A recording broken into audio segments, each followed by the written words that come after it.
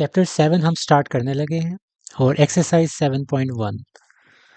तो एक्सरसाइज करने से पहले थोड़े से कोर्स जो उसके कॉन्सेप्ट हैं वो समझ लेते हैं। सबसे पहले एंगल क्या होता है।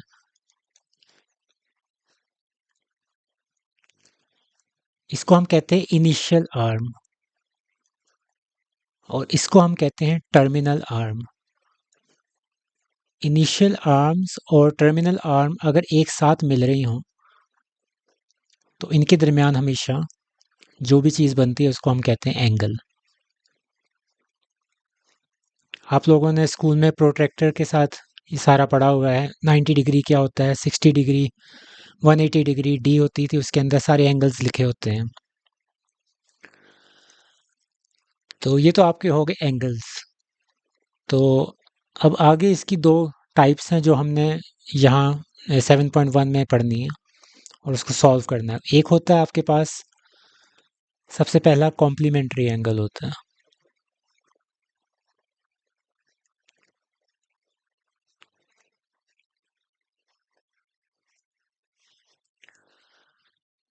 तो पेयर ऑफ कॉम्प्लीमेंट्री एंगल्स क्या होता है, यानी कि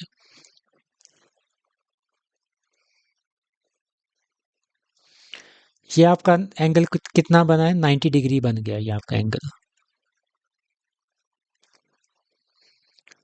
तो अगर मैं इस 90 डिग्री एंगल को किसी भी तरह दो एंगल्स में डिवाइड कर दूं, बेशक मैं यहाँ से कट लगा दूं या ये वाला कट मैं यहाँ से लगा दूं, तो अब इसके अंदर क्या हो रहा है, दो एंगल्स बन रहे हैं। एक ये एंगल बन रहा है और एक ये एंगल बन रहा है। तो ये जो दो एंगल्स बन रहे हैं ना, चाहे जैसे मर्जी एंगल्स बन रहे हो, यहाँ शायद 50 और 40 के बन रहे होंगे एंगल्स, फर्ज कर दें। तो 40 डिग्री और 50 डिग्री, इसको हम कहेंगे ये आपका पेयर है कॉम्प्लीमेंट्री एंगल्स का, जिनका सम, जिनको अगर आप ऐड करें एंगल्स को तो वो 90 डिग्री बनने चाहिए। जिस तरह 30-60 भी हो सकता है, 45-45 भी हो सकता है, उनको ऐड करें 90 डिग्री बनता है। तो डायग्राम्स में आपको इस तरह की डायग्राम नज़र आएगी जिसका टोटल एंगल आपका 90 डिग्री होगा। तो उसके अंदर अगर बन रहा है तो आप फ़ौरन पहचान जाएंगे कि ये कॉम्प्लीमेंट्री एंगल्स का सेट है।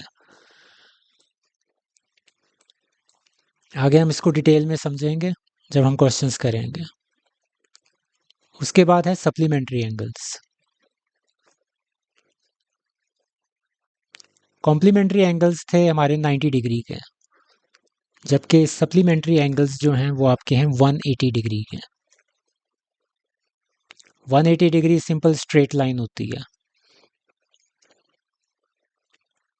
ये आपका इनिशियल आर्म है ये वाला, और ये आपका टर्मिनल आर्म है।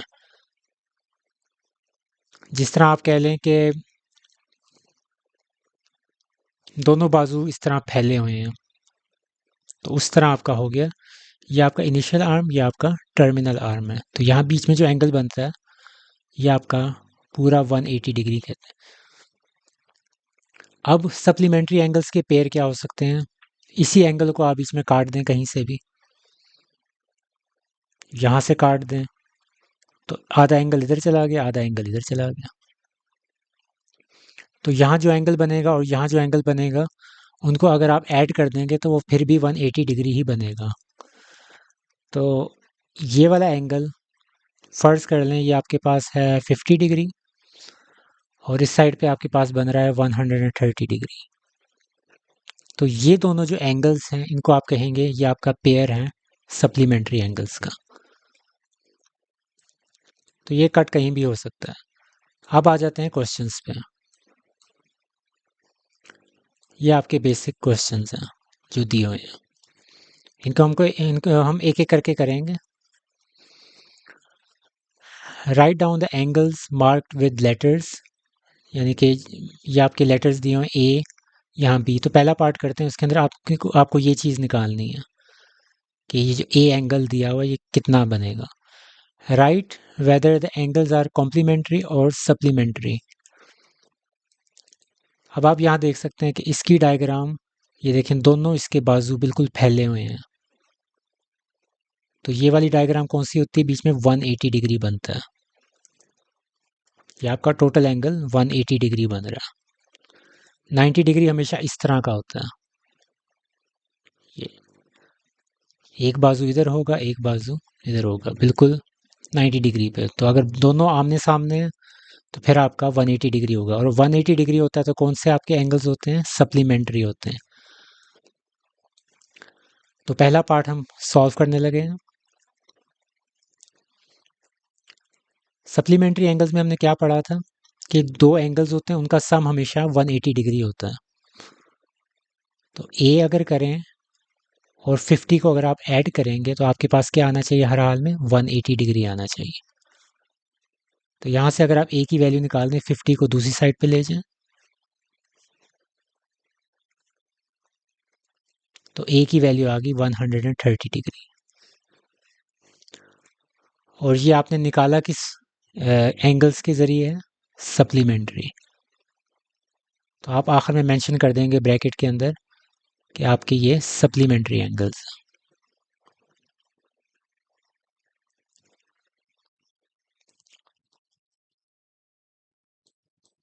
तो ये आपका पहला पार्ट हो गया।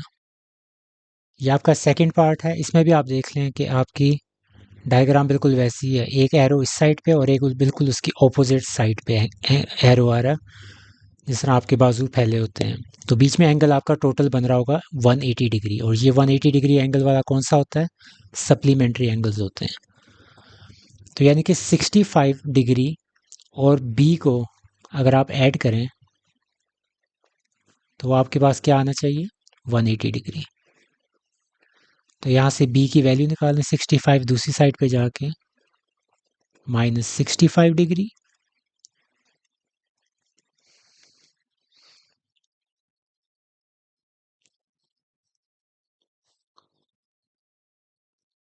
तो ये आपका बी आ गया। और ब्रैकेट में आप लिख देंगे कि ये कौन से हैं? Supplementary angles.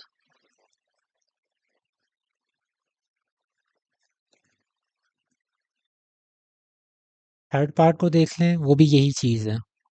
एक एरो इस साइड पे है और एक एरो इस साइड पे है, तो बीच में आपका 180 डिग्री बन रहा है। तो 180 डिग्री वाला जो एंगल होता है वो कौन सा होता है आपके पास? और अंदर अगर दो एंगल्स बन रहे हैं तो वो आपके दोनों हो जाएंगे सप्लीमेंट्री एंगल्स के पेयर हो जाएंगे। तो सी के अंदर अगर मैं प्लस कर दूं 138 डिग्री, तो अकॉर्डिंग टू सप्लीमेंट्री एंगल्स ये आपके पास टोटल होंगे 180 डिग्री। और यहाँ से आप सी की वैल्यू निकाल दें, 180 माइनस 138 डिग्री।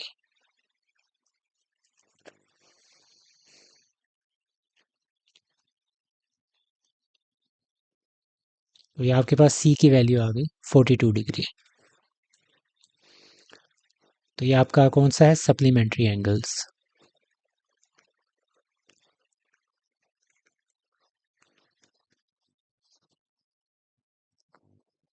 अब इस डायग्राम को अगर आप देखें तो इस डायग्राम में एक गलती है जो बुक से हुई है।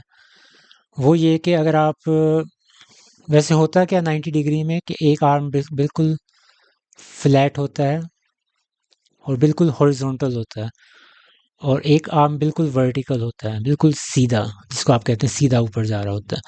लेकिन यहाँ अगर आप इस बुक के डायग्राम में देखेंगे तो आपको हल्का सा थोड़ा सा तिरछा सा नज़र आ रहा होगा, टेढ़ा है ये। तो ये बुक की मिस्टेक है। तो फोर्थ क्वेश्चन और ये जो सिक्स्थ पार्ट है ये दोनों सिमिलर क्वेश्चंस हैं, दोनों ही 90 डिग्री के हैं। और बाकी ये जो एक फिफ्थ रह गया ये इसमें स्ट्रेट आर्म खुली हुई है, ये 180 डिग्री वाला। और एक और चीज़ बता दूं कि यहाँ इन्होंने कॉम्प्लीमेंट्री के स्पेलिंग गलत लिखे हुए हैं, क्योंकि ये दो अलग अलग लफ्ज़ हैं। जो यहाँ इन्होंने स्पेलिंग लिखे हुए हैं ये कॉम्प्लीमेंट डिफरेंट कॉम्प्लीमेंट है, यानी कि किसी की तारीफ़ करना, उसको कॉम्प्लीमेंट देना, ये वो है। लेकिन ये जो ये दूसरा कॉम्प्लीमेंट है ये होता है मुकम्मल करना किसी को, किसी का साथ देना, उसको मुकम्मल करना, ये उस मायनों में यूज़ होता है। तो यहाँ हम कॉम्प्लीमेंट ये वाला यूज़ करेंगे। अगर आप बुक के अंदर जाके देखेंगे जहाँ डेफिनेशन लिखी हुई है कॉम्प्लीमेंट्री एंगल्स की, वहाँ आपके यही स्पेलिंग मिलेंगे, जबकि ये दूसरे स्पेलिंग है। तो कहने का मकसद ये था कि ये वाले स्पेलिंग गलत हैं, PLE आएगा, क्योंकि आपने नीचे मेंशन करना है तो ये आप लोगों के लिए जानना ज़रूरी है। तो अब ये क्योंकि कॉम्प्लीमेंट्री एंगल्स का पेयर है, तो 60 और बी को अगर आप ऐड करेंगे, 60 डिग्री और बी को, तो आपके पास 90 डिग्री बनेगा, क्योंकि ये 90 डिग्री का एंगल है। और यहाँ से अगर आप बी निकाल लें,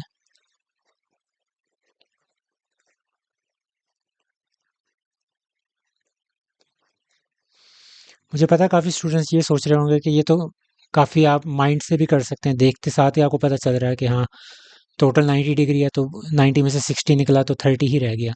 लेकिन ये उसका प्रोसेस है करने का। अगर शॉर्ट क्वेश्चंस में आता है तो आप इस तरीके के साथ करेंगे।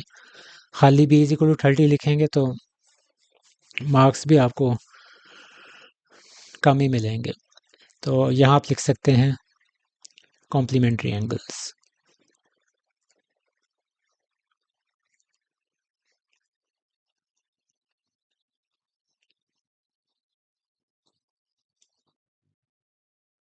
फिफ्थ पार्ट बिल्कुल स्ट्रेट लाइन वाला है। स्ट्रेट लाइन का एंगल 180 डिग्री होता है, तो ई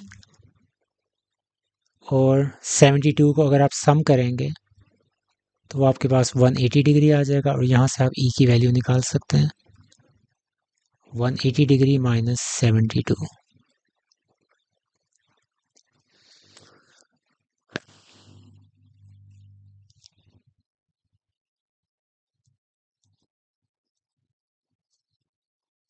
तो ये आपके पास ई की वैल्यू आ गई। और ये क्योंकि आपके पास 180 डिग्री स्ट्रेट लाइन का एंगल था, तो ये आपके पास सप्लीमेंट्री एंगल्स का पेयर हो गया।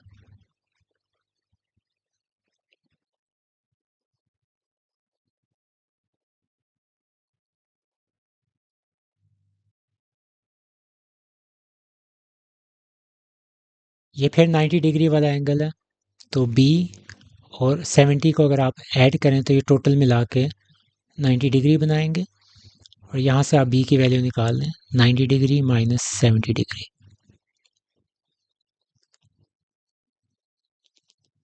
तो बी की वैल्यू 20 डिग्री आ गई। और क्योंकि 90 डिग्री वाला एंगल है तो इस वजह से आप इसको कहेंगे कि ये आपके पास पेयर है कॉम्प्लीमेंट्री एंगल्स का।